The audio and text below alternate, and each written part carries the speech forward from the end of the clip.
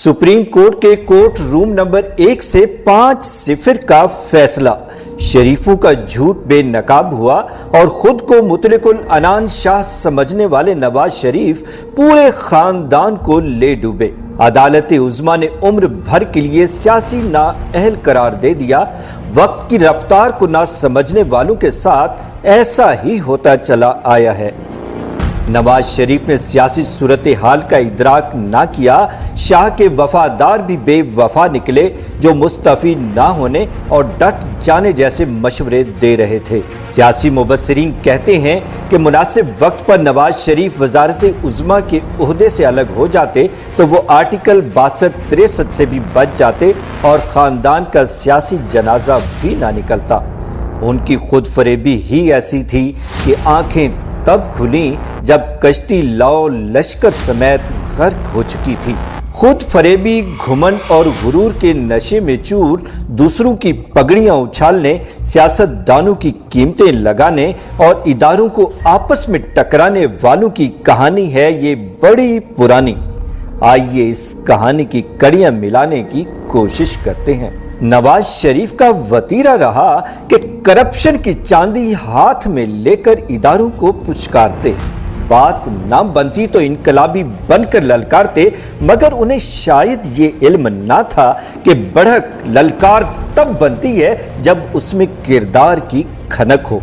जो सियासतदान एस्टेब्लिशमेंट की कोख से जन्म ले, डिक्टेटर की उंगली पकड़कर चलना सीखे, वो अगर बड़ा होकर खुद को बागी समझना शुरू कर दे तो दागी पुकारा जाता है और तारीख उसे मौका परस्त कहती है। नवाज शरीफ की उरूज से खुरूज तक की कहानी के कई बाब हैं, तारीख दर तारीख, स्याह दर स्याह। नवाज शरीफ चेहरे की जाली मासूमियत से शराफत का जाली ढोल पीटता रहा। नकाब हटा तो एक इंतहाई मकरूह शख्सियत सामने आई।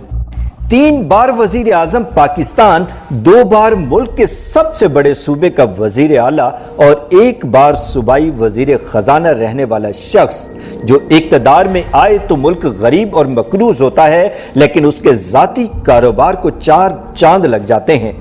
अवामी खिदमत जैसी सियासत की अबजद से नाबलद सनतकार सियासतदान के जिस दौरे हुक्मरानी को देखें, मुल्की खजाने खाली होते और बैरून मुल्क शरीफ खानदान की खुफिया तिजोरियां भरती दिखाई देंगी।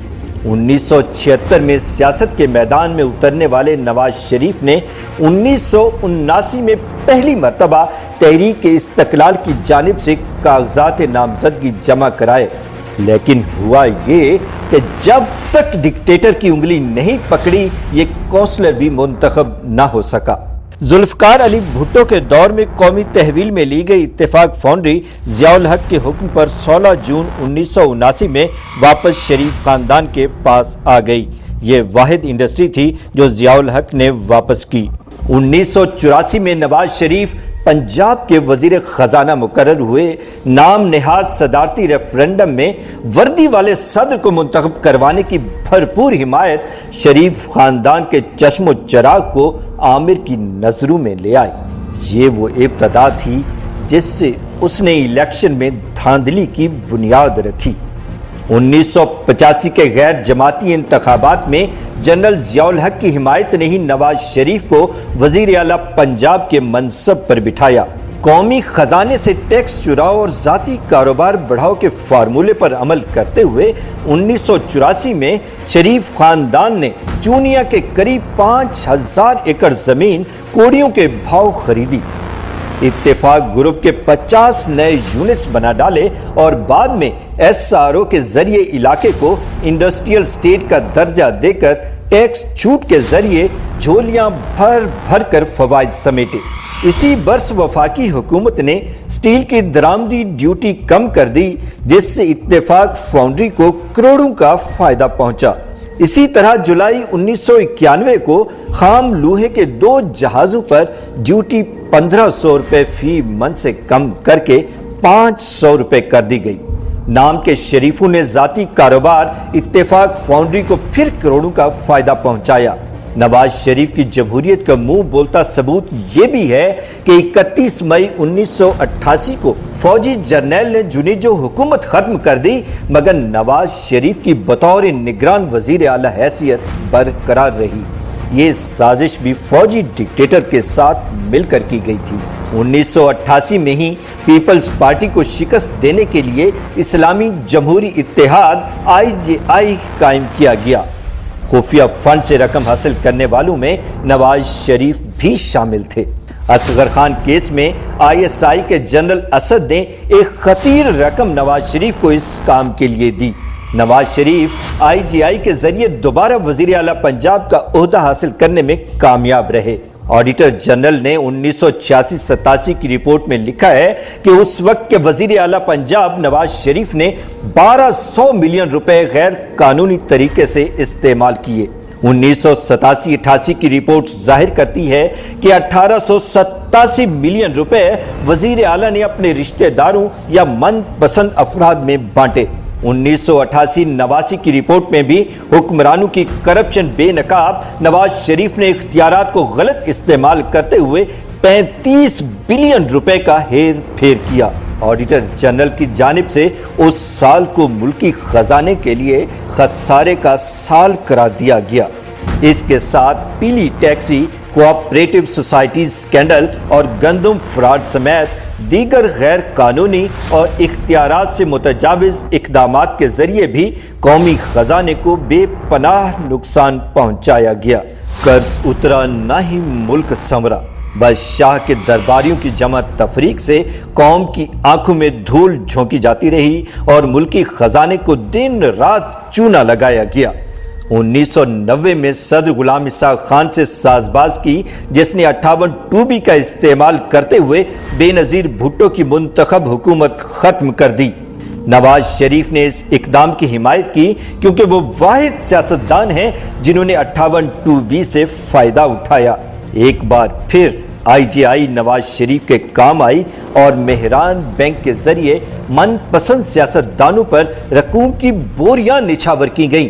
مہران بینک سکینڈل میں لٹائی گئی یہ رقم اصغر خان کیس کی شکل میں آج تک شریف خاندان کے ساتھ ایک بھوت بن کر چمٹی ہوئی ہے۔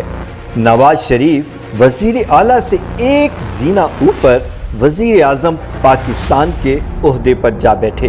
اس دور میں انہوں نے اپنے اختیارات کا کئی حوالے سے ناجائز استعمال کیا۔ صنعتکار سیاستدان پر 614 بلین روپے کے قرض لینے کا الزام ہے۔ 1556 ملین اتفاق فاؤنڈری کے لیے، 543 ملین حسیب وقاص شوگر ملز کے لیے، 455 ملین روپے مہران رمضان ٹیکسٹائل ملز کے لیے، 373 ملین رمضان بخش ٹیکسٹائل ملز کے لیے، 339 ملین چودھری شوگر ملز کے لیے، 226 ملین اتفاق برادرز کے لیے، 205 ملین روپے ساندل بار ٹیکسٹائل ملز کے لیے، 182 ملین حدیبیہ انجینئرنگ ملز کے لیے، 153 ملین حمزہ بورڈ ملز کے لیے، 134 ملین روپے حدیبیہ پیپرز مل کے لیے، 351 ملین روپے برادرز شوگر ملز کے لیے، 174 ملین روپے برادرز ٹیکسٹائل ملز کے لیے، 159 ملین روپے برادرز سٹیل ملز کے لیے، 623 ملین روپے رمضان شوگر ملز کے لیے اور 191 ملین روپے خالد سراج ٹیکسٹائل ملز کے لیے مختلف بینکوں سے قرضہ لیا۔ حکمرانوں کا کاروبار پھلتا پھولتا گیا، لیکن پاکستان کے قومی ادارے خسارے کی دلدل میں دھنستے گئے، جس کی بڑی مثالیں PIA اور سٹیل